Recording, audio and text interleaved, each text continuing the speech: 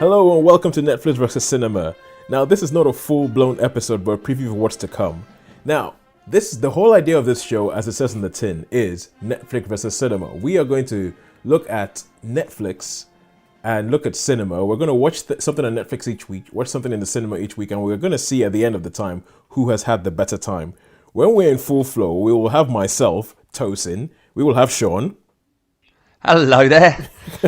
We're going to have Sharon, who is a romantic expert, and we'll have Zeb, who is indirectly the cause of this whole thing. Wouldn't you say, Shaun? Yeah, I would say so. Yeah, she came up with the idea because, I mean, for some people it's difficult to get to the cinema, and now with like Netflix, Amazon, and all that are producing their own stuff, and some of it's really, really good quality. So it's whether you balance that with the comfort of your own home or whether you enjoy the cinema experience. So it's going to be really interesting, I think.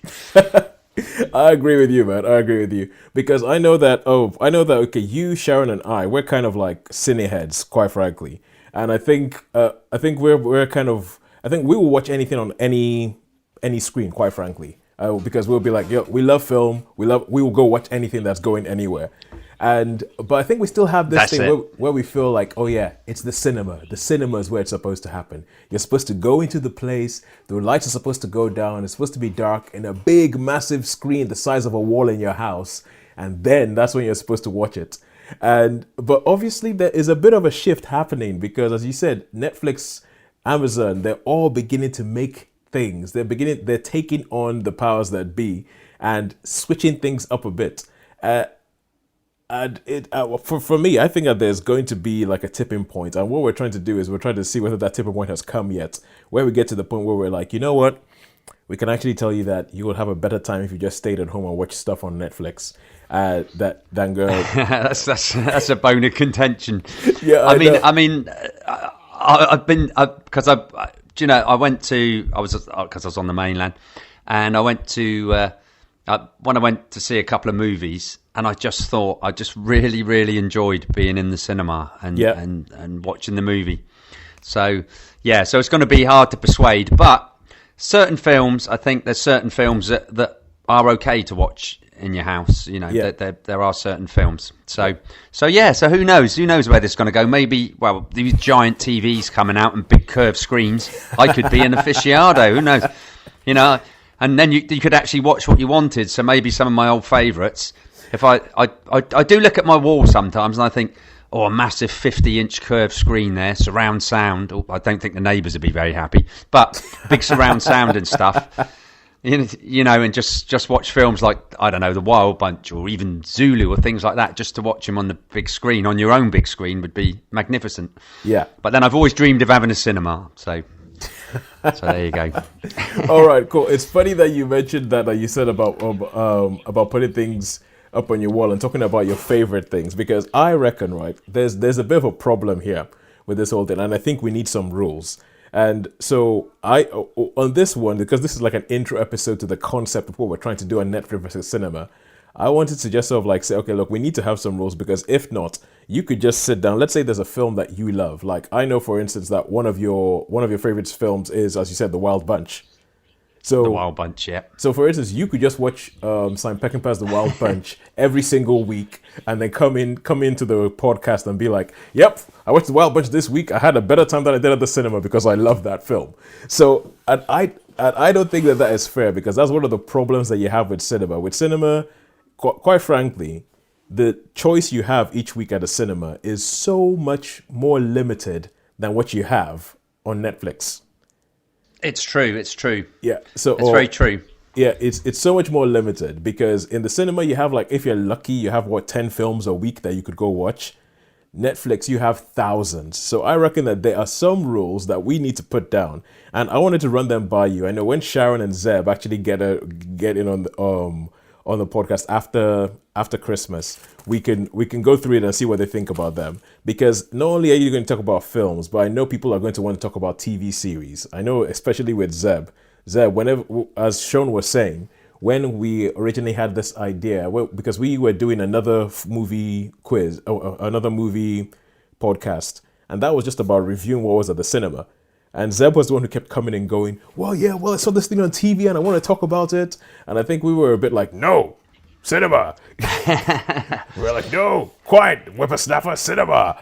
But he was like, well, do you see, the problem is that there's some people who can't get to the cinema and all. And then we were like, okay, oh, sheesh, he has a point. There's some people who just don't bother going to the cinema. So that's when we started thinking, hang on, this is actually becoming more and more of an issue.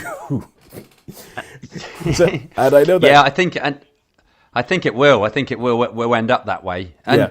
I mean, I've got to be honest. I've sort of with TV series. Although I must say that I did actually get into one, so I can see the intrinsic quality of them really, because they are quite well made. Yeah. So, and I did do a binge watch of 3 episodes of, I think it was Penny Dreadful. But so yeah, and I quite enjoyed that. Yeah. Much to my chagrin, I was like, "What are you doing, Sean? You should be going to the cinema." But it's like, well, these are pretty good, you know.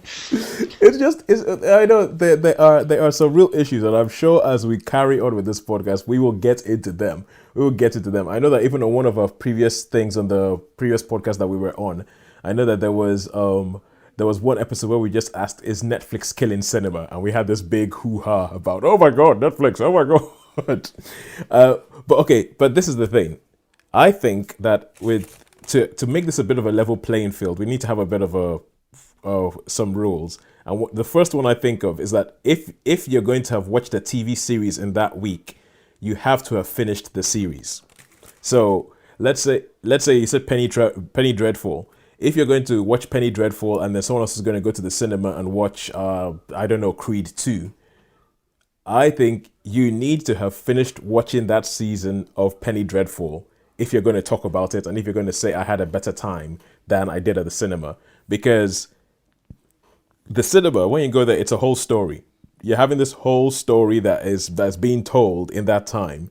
And the thing with a TV series is that if you're watching it and you're in episode 3 or 4, you don't know whether it's fulfilling. You don't know whether it's great because they might have strung you along with a really, really good episode. And by the end of the season, you're like, actually, no, that was a bit rubbish. By the time I finished the story, it was a bit rubbish. So I think if we're going to compare what we saw at home with what we saw at the cinema, I think that you have to have finished watching that season of that show. Whether you watched it over a couple of weeks, but you have to finish watching that season of that show before you come on and you talk about it and compare it to what you saw at the cinema. Yeah, that's a reasonable one. That's the reasonable one. I should imagine that would be more Zeb's line. Probably for me, it would be more, the individual movies. I think. But who knows? Oh yeah, I think for me it would be a combination of both, because I know that already. But I was trying to think how would I compare, because I'm looking through my Netflix viewing history to see what I've seen recently. I've been watching a TV show called Hot Date, for instance, and I'm like, now, Hot Date, Tosin. What are you? You're not one of these guys that has like the what do they call it, Tinder and stuff like that, are you as well? You secret online data, huh? I don't think your wife would be happy. I can have Tinder as long as the only person I ever match with is my wife. Oh, well, that's fair, dude. That's fair enough, then. She can leave the house. I can go meet her at work, pick her up, all that kind of stuff. It's all good as long as that's the only match I'll ever get. It's a comedy series, and I was thinking it's unfair for me to sort of like say, okay, cool, I'm going to take something like Hot Date and I'm going to compare it to, let's see, what did I see at the cinema recently? Wreck-It Ralph Breaks the Internet. I'm like, no, the season has to. You have to finish the whole thing off before you actually sort of compare it to that. Okay, so that was my first rule. I'm glad you agree with that. And now I think that you're only allowed, if you're going to come in and you're going to talk about that, each week you're only allowed to see one film that you have previously already seen. As in what? As in like, so say you've,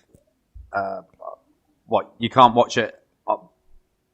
I'm a bit confused here, Toes. So what is this film again? You'll have to explain it to me a bit more. Okay, so for instance, let's say it's in the week. You go to the cinema and you watch a film. Yeah. But you can't go home and, as like I said, watch The Wild Bunch and then go, yeah, love The Wild Bunch. Oh, I had a great time at home watching this thing. I got you. I got you. Yeah, Yeah. it's one or So the other, eh? yeah, Yeah. exactly. No, it's you can't. So each week, if you're going to come in each week, you're only allowed to, because if that was the case, right? I'll just line up all the films I love. I'll line up Blues E.T. Brothers. I line Blues up the Blues Brothers. Brothers and all that, and I'll be like, you know what? This Yeah. week I watched the Blues Brothers. I watched E.T. And man, I had such a good time at home. Well, Netflix is so much better than the cinema. I'm like, no, well, I was thinking. Yeah, I was sort of thinking, Toes, is that if you watch a film on Netflix, if you come in with Netflix, it must be like a film that Netflix has produced, or one of those films. I think that would maybe work. Where like for instance, the Ballad of Buster Scruggs. Scruggs, yeah, That was it. yeah. Scruggs, and also where did I get that from? And also one I watched was Outlaw King. Oh Which I yeah, Outlaw King. really, Yeah. The Robert. really, really impressed with. So I think it should be those type of films. And for me, we could maybe the odd bit put in films from the past that we've seen. Maybe we could have a little feature that's we talk about films from the past. But I think it should be, relevant films or TV series that from Netflix. I don't think, because like I say, I just watched The Wild Bunch. I say, hey, Toes, guess what I saw last week? I saw The Wild Bunch, man. I saw The Magnificent Seven. Guess what? It was, I could tell you all about it. I'd tell you the whole story. I'd tell you it word for word. I could tell you the screenplay. So I think perhaps we should say that they've got to be, contemporary movies or, TV series or what have you. And maybe, but we could do we could have a feature where we go back and say, well, I watched, Pretty Woman again for the 97th time or something like that. Okay, now you see, now, Sean, you have just mentioned what my third rule I think is supposed to be. That you have to talk about the originals, whether it's an Amazon original that they've made or it's a Netflix original. So we've called it Netflix versus cinema. That's just because Netflix is the big player. But quite frankly, it's any streaming thing. If it's Now TV, if it's Netflix, if it's whatever, it's versus cinema, because these are the two big things for our entertainment eyes right now. So it's so For sure. So yeah, but the thing is, like, for instance, I'll tell you why I said it has to be a film that you haven't seen before, because I think, like, I know on Netflix I have it on my list, Touch of Evil. So the Orson Welles, Charlton Heston movie. Oh yeah. Yeah, that's come on. Yeah. I have never seen that before. I've heard about it forever. I've never seen that before. And if I ever wanted to watch that, it's very rare that I would ever have a chance to see that at the cinema. So I'm thinking that if I went and watched that and it was the first time I watched it, it's pretty much like, when you go see something in the cinema, it's usually the first time you've ever watched it. First chance you've ever had to see it. Yeah. So I'm thinking that if it's the first time you've had a chance to see something, so if I watch Touch of Evil, I think I think it should be all right for me to come in and say, guess what? I watched Touch of Evil this week. It was awesome, or oh my god, it was overhyped. Yeah. Do you know what, Tosin? That is a wonderful, wonderful idea. I'm really up for that, because I expect if you're going to catch up on some of these old films, and maybe Zeb would as well, and perhaps I've seen them in the past, and we could have a retrospective review. You say, yeah, I've seen A Touch of Evil, and I say, oh yeah, well I watched that. What did you think of? What did you think of it? So no, that's a terrific idea. That's a really, really good one. I like that. Okay, so far the three things that we have is that if it's a TV series you watch, you have to have finished the series that week, or the season of the show. You have to finish that season before you come in and you sort of try and compare it to a film. Number two is that you can only watch films that if it's a film that wasn't a Netflix original or something like that, it has to be a film you haven't seen before. So you couldn't have seen this film at the cinema and then come back in and gone, oh yeah, guess what I saw this week. It has to be a film you haven't seen before. And also we want to make sure that we also make sure that we get a good number of Netflix originals or Amazon originals or anything like that in there, because nowadays you have, because I think I made a list of the well-known filmmakers who have made movies on online-only platforms in the last year or so. We've had Paul Greengrass with July 22. We've had Alfonso Cuarón with Roma. We've had the Coen brothers with The Ballad of Buster Scruggs. Martin Scorsese is bringing out The Irishman soon. And I'm thinking, like, so this is the real crux of it, that filmmakers are being drawn towards these online platforms because they can make the films they want to make. Yeah, it's the fact that someone say, oh, there's going to be a Martin Scorsese movie that's going to be released, that most people will not see in the cinemas, because that's just the truth. Most people are not going to see that film in cinemas. It's Yeah, that's for sure. yeah, it's mind-boggling if you said that a couple of years ago. So I think, yeah, so we want to get the original content that's being created by these online things. If it's a film that it wasn't created by them, it has to be one you haven't seen before. And if it's a TV series, you have to finish the the season before you actually come on and talk about it on the podcast.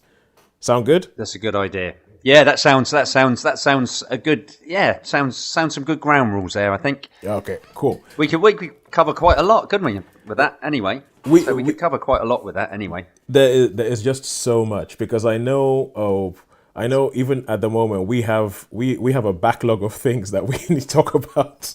Oh man, and we need to talk about Fantastic Beasts, I think. Oh, good lord! Do we really? Anyway, that's nearly gone. No, maybe not. Maybe it's not worth talking about. Okay, perhaps. I'll tell you what. Okay, we don't have that much time. We don't have that much. That's true. We don't have that much time. So we'll try and give like a quick thing, because I think if we go to Fantastic Beasts, I'm sorry, but Netflix has won.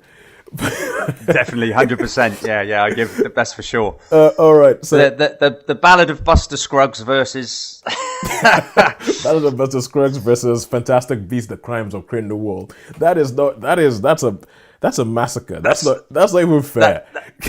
That's not fair. You're right. You're right. Okay. So yeah, go on. No, I was just gonna say. So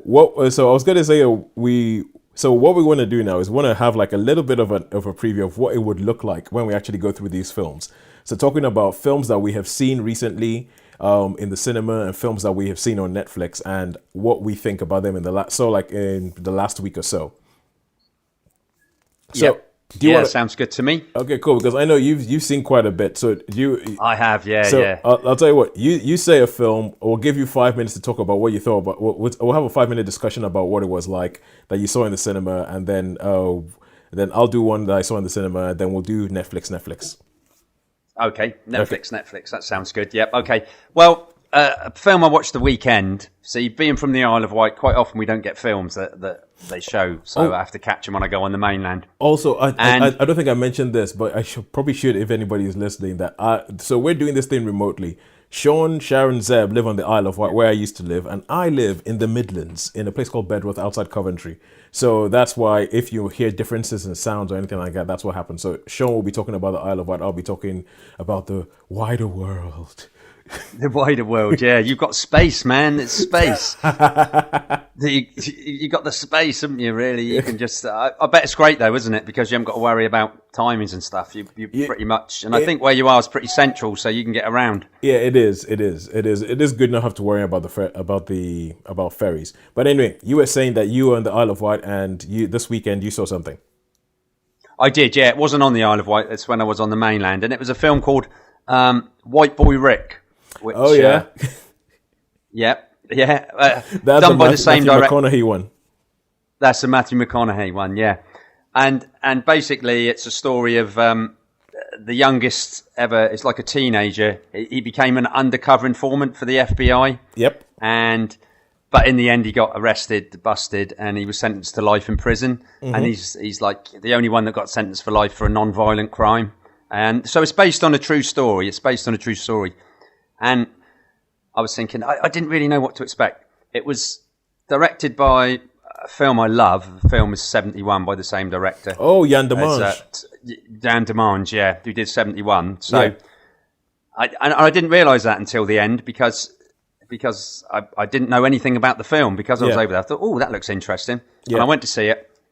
And I thought, oh, this is great. I really love this. It takes place in the 80s, and it's got that real 80s feel about in 80s Detroit. Mm-hmm. And as I said, like you say, you've got Matthew McConaughey, you've got Bruce Dern, and you've even got, I mean, you know what Bruce Dern's like. So he's like, yeah. He's like, great. And you've got Piper Laurie you've got Bruce Dern as grandpa, and you've got Piper Laurie as grandma. Yeah. And basically, it's basically, I don't think the film's too much about the drugs and all that sort of stuff. But it's more about a family, dysfunctional family that live because the grandparents live across the road and that, and they have the arguments, and he's got a sister. But it was just a really, really enjoyable movie, a really, really good fun movie, which I was really, really surprised because I didn't know anything about it. You know, I'd not seen any trailers for Yeah. it. I knew nothing about this movie, so it was a really, really nice surprise for me. So I would recommend that. I know we haven't got a lot of time, so Yeah. I would say that, yeah, for me, it gets a big 4-star, I think. Big Oh, 4 good star. stuff. Oh, yeah, you got Jennifer Jason Leigh in there as well. Oh, she's like an always good FBI value. person. She's always good. There's so value. the acting is excellent. The acting is excellent. I mean, Matthew McConaughey pretty much plays a Matthew McConaughey character, but the rest of them, it's sort of serious but fun serious, if you know what I mean. Yeah. So Does- yeah, it's going to get a 4 stars, that one for me. Does he go, all right, all right, all right? Not quite like that, but yeah, I think he probably does. Yeah, you know what he's like. Yeah. But All no, right. he's he's good good. in it. I love him. I love Matthew McConaughey. and there's this actress. Do you know much about somebody called Belle Powley? Oh, Belle Powley. She played Belle Powley. Yeah. Yeah, Belle Powley. Yeah. Because I've not really seen her in much. I mean, I think that was the first film. She plays the sort of sister of Richard, you know, of Rich. So, but she was really good. Yeah, she's been doing good work over the last year or so. I think she was in a film called The Royal Night Out, which was about Princess Princess Elizabeth and Princess Margaret. Well, now the Queen and her sister. And about them going out on town undercover on VE Day. So. Oh wow. Yeah, so she was. Yeah, I was quite impressed with her. And I don't really know her work, so. Yeah, she's an up and comer. People just keep raving about her, and as you've seen, with good reason. So with good reason, yeah, definitely. Yeah. All right, cool. So in this in the film. So you said 4 out of 5. Yeah, 4 out of 5 for me. This one, yeah, I'd give it a 4 out of 5. Is McConaughey? Is he the Rick of the title, or is that his son? No. It's his son, played by cool. Rick Worsh Jr. I think. Yeah, Richard. He plays. So the story is about. Richie Merritt is the actor, and he plays Rick Worsh Jr. So he actually. The thing about him is that he's actually not an actor. No? Yeah, he's not an actor. The director wanted to find somebody who wasn't an actor and cast him in that role. And I think a little bit like one of your favorite films of last year, American Honey. They did the same thing. American Honey, yeah. They did the same thing with the lead character, where she wasn't actually an actor, and the director just spent a lot of time trying to find somebody who could play this character, and then cast someone who wasn't an actor around with actors around them, just to sort of like sounds quite good. Yeah. It is. It's a good movie, and there's great interaction between the cast. It's a really good dysfunctional family movie. Okay, excellent stuff. That's 4 out of 5. It sounds like cinema has come out swinging. Definitely. Sounds like cinema has come out of the corner swinging this week. But although the funny thing is, I actually think that films like White Boy Rick are the kind of films, because it's not going to be a massive hit. It's not going to be in a whole bunch of cinemas. And they're the kind of films that I reckon in the next couple of years are going to be moving more and more into Netflix. And I mean, I would have been as happy to watch that on the TV, on the small screen, as I would on the big screen. And it's... But the thing, I think with the cinema is, it might be one of those things, if I was to have Netflix or something, that it might actually skip over it, because, not knowing enough about it. So, but it quite easily could go onto Netflix. A bit like another film I saw. I know I'm hogging it all a bit. No, I'm just going to say a quick thing. The Old Man and the Gun, Robert Redford's movies. Did you see that? I haven't seen it yet, but it's his final film performance. Yeah, that's what he says. Yeah. He says he's retiring after this.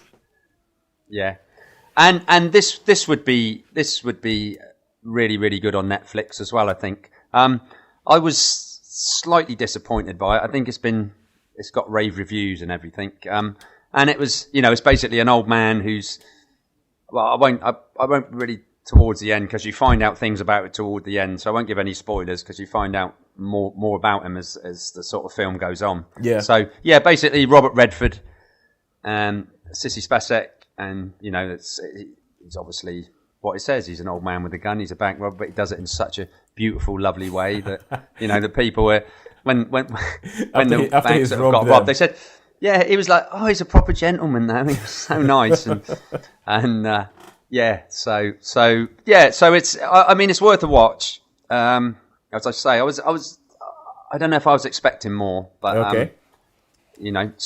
So when you get to see that, because I'm sure that'll be one you'll get to see, we can talk about it a little bit more. It's definitely one I want to see, especially because obviously at this time, running up to Christmas and then after Christmas in the UK, this is when all the films that are going to be on the awards show circuit start getting released. So I'm imagining that Old Man and the Gun is one of those ones that is definitely going to be on my list of, ooh, I need to go see that. It might be up for Oscars or something like that. Yeah. I think it might be in the running really, just because they sort of do these, don't they? They do these, longevity awards sort of thing. They just seem to give them to people. I think John Wayne got one. Yeah. They're like, what? Redford, you're not coming back? Hang on, did we ever give you an Oscar? I don't think we did. we should give him something. All right. Okay, cool. So how many stars would you give Old Man and the Gun? I give it a 3. Three. Give it a 3 for that one. Okay, so 4 and a 3. Yeah. No bad. All right, this week. And can I do one more, Tosin? Just megally quick.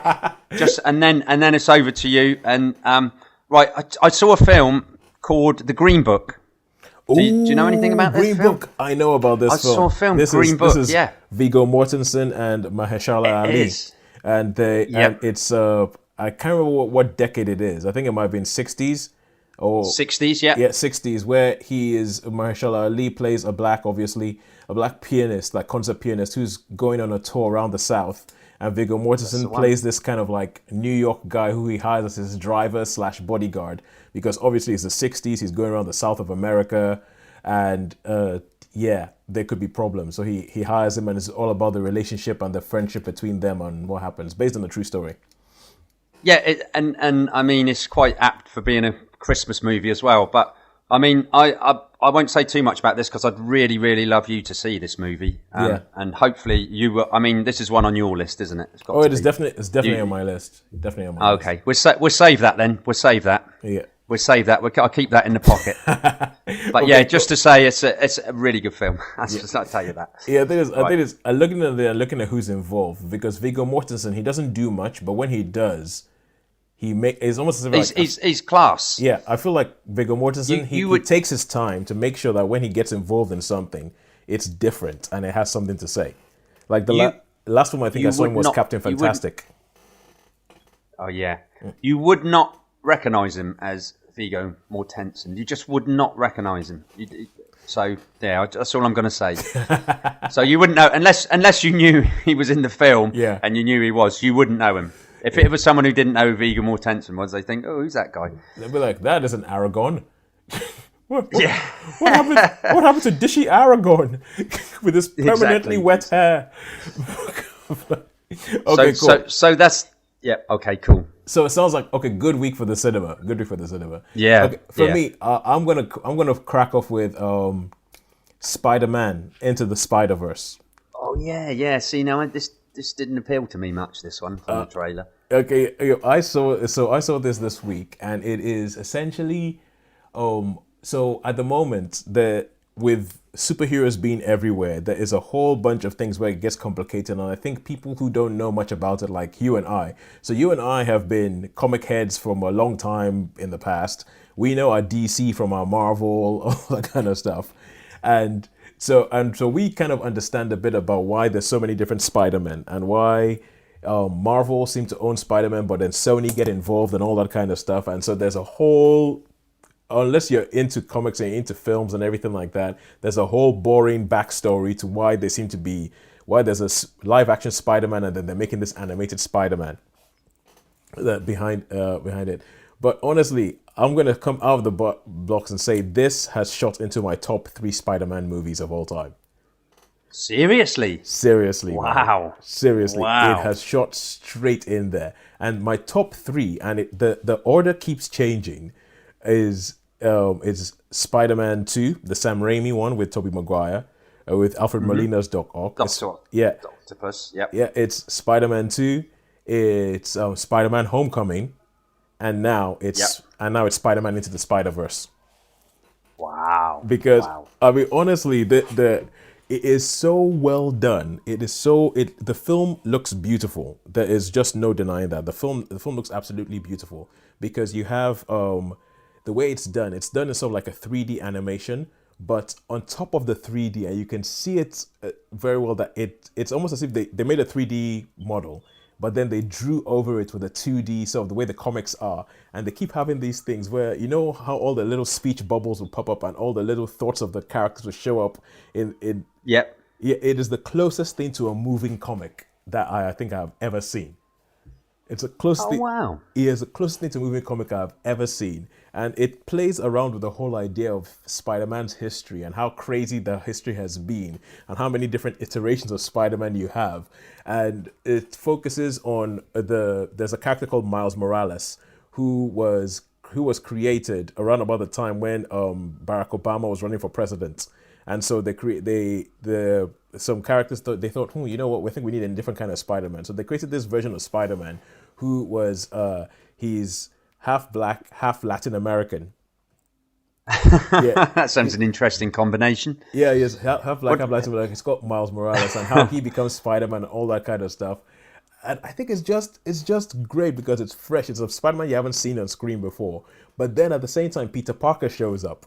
But then they have this whole thing about the different dimensions that come together.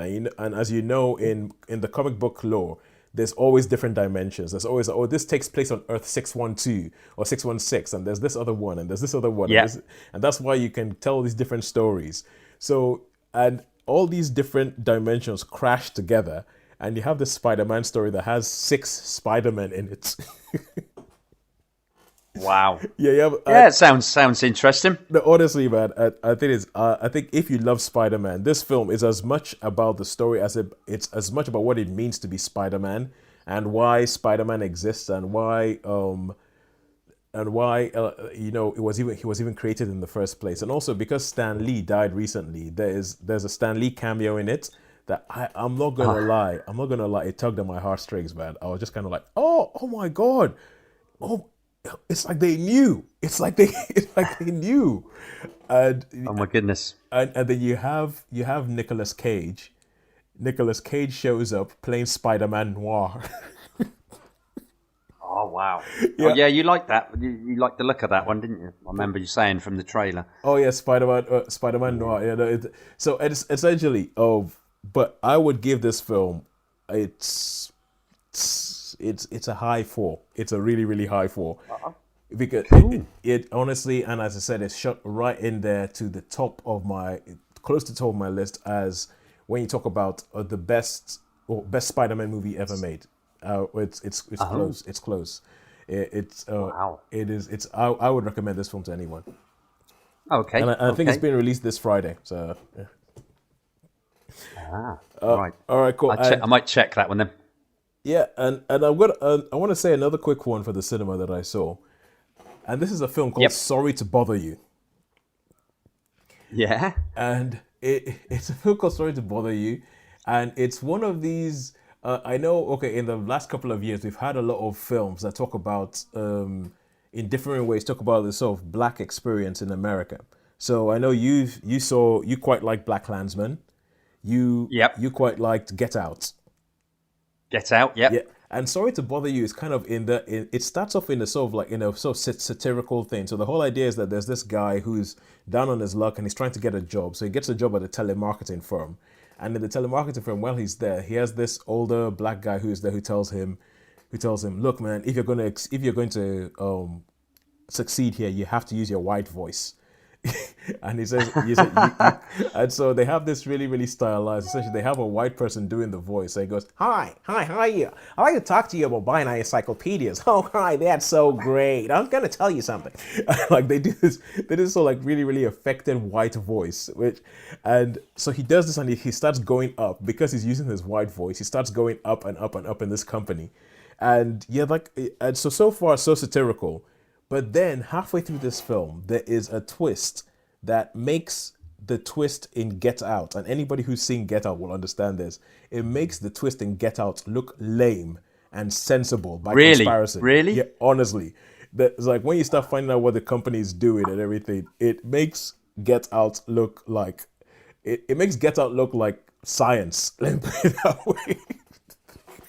It is, yeah. I'm not going to tell you what it is because that's the bit where I was watching the film and I was like, what film are I watching?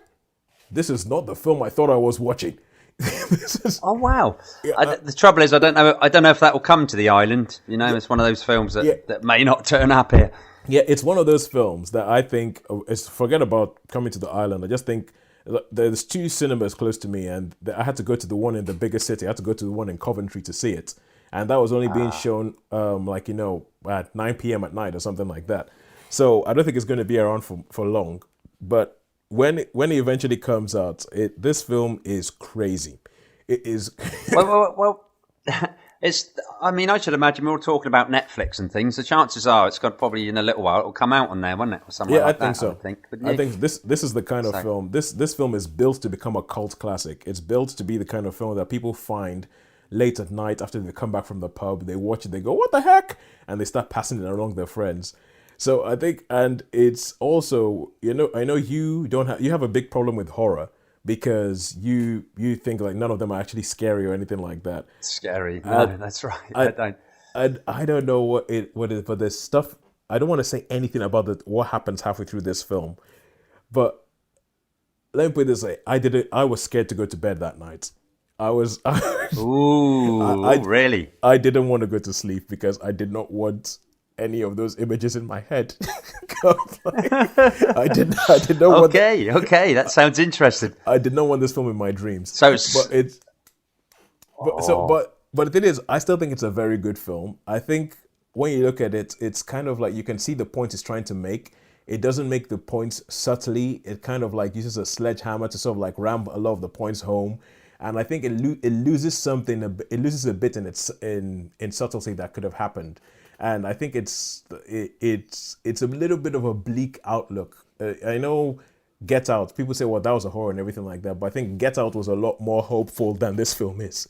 So Right. yeah, Ooh. That yeah, sounds good. yeah. That sounds good. So So, I would recommend it. I'll probably give it a 3, but only 3-star. yeah, Cool. but only because it made me not want to go to bed that night. I had to go home and watch something and find something to busy myself with to try and push some images out of my head so I could go to sleep. Uh-huh. Okay, so Cool. all in all, sounds like a good week for cinema. Yeah. Good week for cinema, I think. We got, a couple of 3 stars, Yeah, a 4-star. So, yeah. But so now I suppose we better mention some Netflix stuff, shouldn't we, really? yeah, and let's kick off with something I know we've Do you both think? seen, The Ballad of Buster Scruggs. Yep.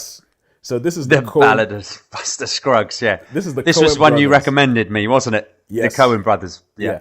Yeah, you recommended me this, and I have to say it was a good recommendation. You said, "Oh, Shawnee, I think you probably like this movie," and yeah, I did. I enjoyed it. I thought it was interesting. It was really, and being a big Western aficionado, which I love westerns. Yeah. And I just saw so much in it, Yeah, particularly in one of this in the I think it's the second segment. That's actually there are shots in that segment which are actually taken from Clint Eastwood movies. well, you like know? Hang 'em High. Yeah, like that's it. That's it, man. You knew the one it was. Yeah, it was. It was just basically that. It was even when they're like the way they were on the horses, the way they were positioned. Yeah. What happened? Yeah.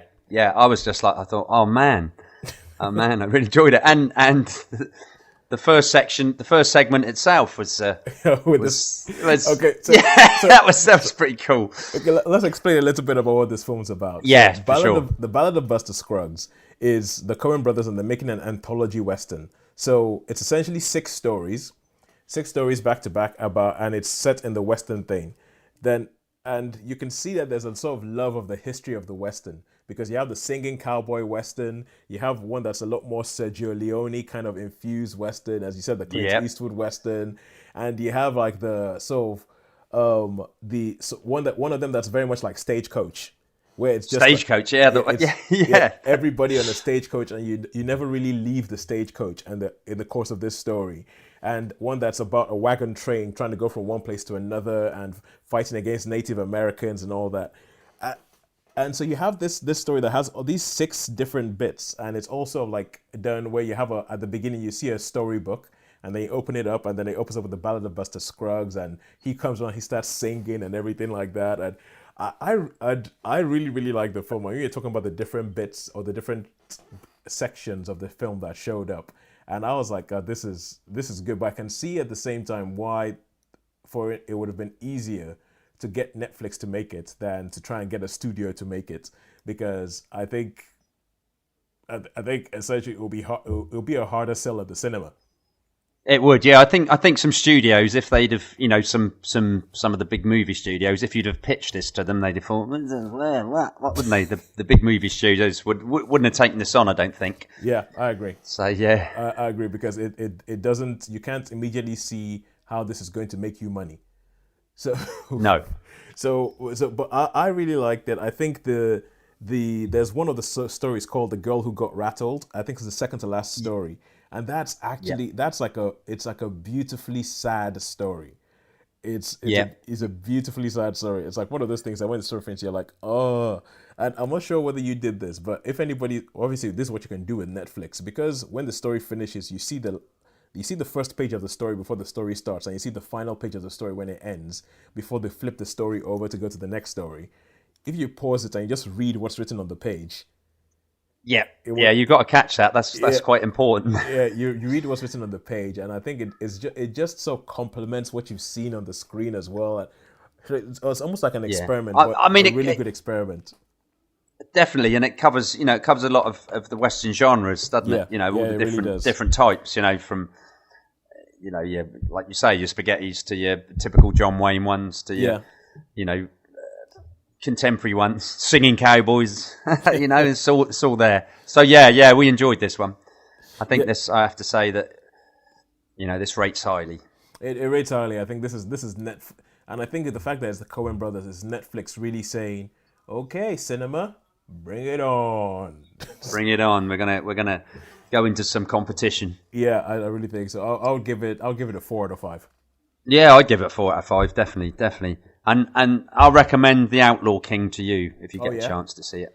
yeah. Yeah. So watch The Outlaw King. Let me think. Let me know what you think. So the thing with Outlaw King is that everybody's been currently like Braveheart 2, because it's about Robert the Bruce, and it comes in the wake of like William Wallace's death and all that kind of stuff. So what would you say about it if people said, "Oh, it's just Braveheart 2, isn't it?" No, it's far, far, far, far superior to Braveheart 2. Oh, It okay. is. It is. It is far, far, far superior. It is probably more historically accurate because Braveheart was just like nonsense. Um, and the actual when I did some research into sort of one of the battles, it was for me. I think it was far superior to Braveheart. I mean, Okay. I enjoyed Braveheart. Don't get me wrong, but Yeah. I just think it's better acted than Braveheart. Braveheart was Braveheart with lots of people screaming and stuff. Your typical Scottish Highlander type people. Whereas these seem much more realistic. They didn't all have kilts, but Yeah, in because apparently Braveheart, it was didn't they? They like, would have show your kilts. Show them what you got. Show them well, your ass. You know? apparently, kilts were not invented for another 500 years. Wow. Yeah. In So reality, so for me, how I like how I'm finicky about things. Right. Yeah. This felt real. This felt real. I mean, Braveheart to me was just like a fun war movie. There wasn't. And of course, me with the nonsense with him meeting in Braveheart. I'm sure lots of people have seen that, where he meets the Queen and all that nonsense. I'm like, come on, who are you trying to kid? So it was just that was a nonsense film, a fun film. I enjoyed it, great battle scenes, but just a nonsense film, Not a Whereas fantasy this film. is more, this is more gritty. This is how I imagine the places to be, how the people look. Okay. And to me, so I recommend it. And it's a good movie. All right, cool, good stuff. Good stuff. Oh, and one other one that I saw that I will just mention is a film called South Side with You. Now, this was released in cinemas Right. a while back, but I hadn't seen it. And it's essentially the story of the Obamas, so Barack Obama and Michelle Obama's first date. Cool. Yeah, and it has a bit of a. Did you ever see Before Sunrise or Before Sunset? No. the Ethan Hawke, Julie Delpy movies. It has a bit of a thing like that where it doesn't really have like so it pretty much it starts off round about when Barack Obama shows up at Michelle at that time Robinson's house to pick her up for the date, and it ends when they both get back home at the end of the date.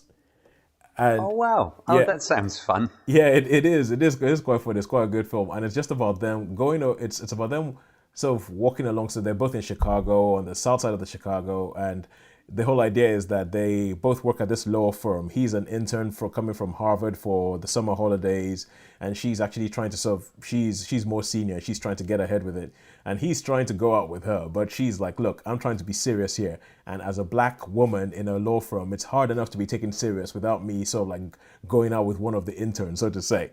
And it's all about like it's about the way he's trying to get her to sort of like get her to go out with him, and they're talking about this, and through this you're beginning to see it's not really concerned with like it's not massively concerned with their politics.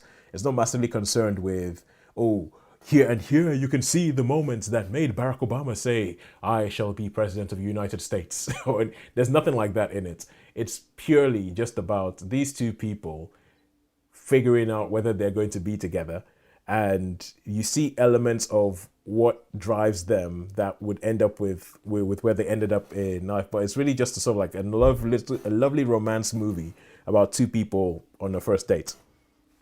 Oh, cool. Yeah. That's all right. That's one to bear in mind. That sounds like Sharon would like that one, wouldn't she? Oh, I think Sharon would. I think Sharon would like it. But I think it's a good film. It's a good film. Full stop. But yeah, that's Outside with You. And well, How many stars for that? Oh, I would go 4. 4 stars. Ooh. Yeah, I would go 4 stars. I mean, it's one of the things where you're like, maybe some people might think it's a bit too schmaltzy, but okay, I'll go 4. I'm putting my flag down. 4. Cool. Yeah. All right. Cool. And I think with that we're. So when you look at that, Sean, what would you say? Who won this week, Netflix or cinema? Well, I mean, we reviewed more cinema films, but I think we have to say that I'm going to call it a tie this week. Same here, man. I'm going to call it a tie. Yeah. Oh, good.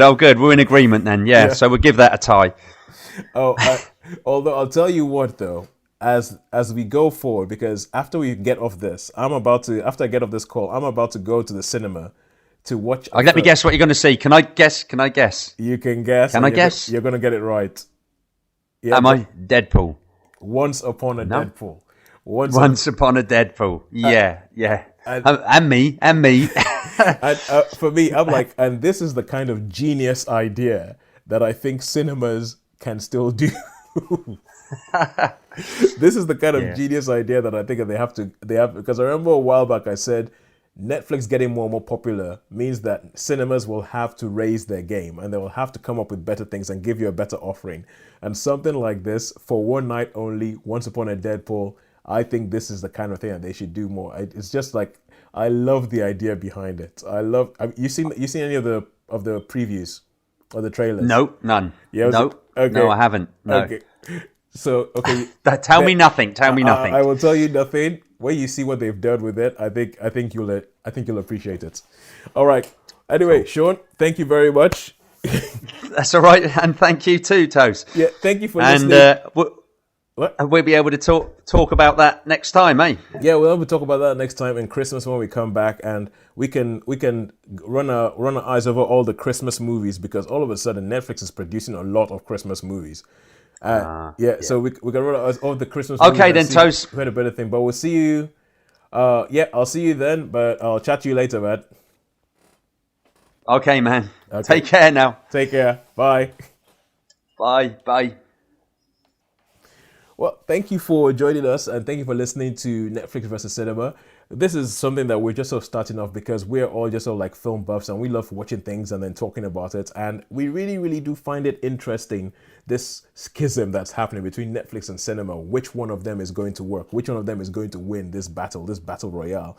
If you'd like to give us your thoughts, please do get in touch. You can find me on Twitter at Tosin Video. So that's TOESIN Video. And Let us know your thoughts. We should be setting up a Twitter account for Netflix for Cinema sometime soon. I know we have a website coming, and hopefully we'll be chatting to you then. Thank you. Bye.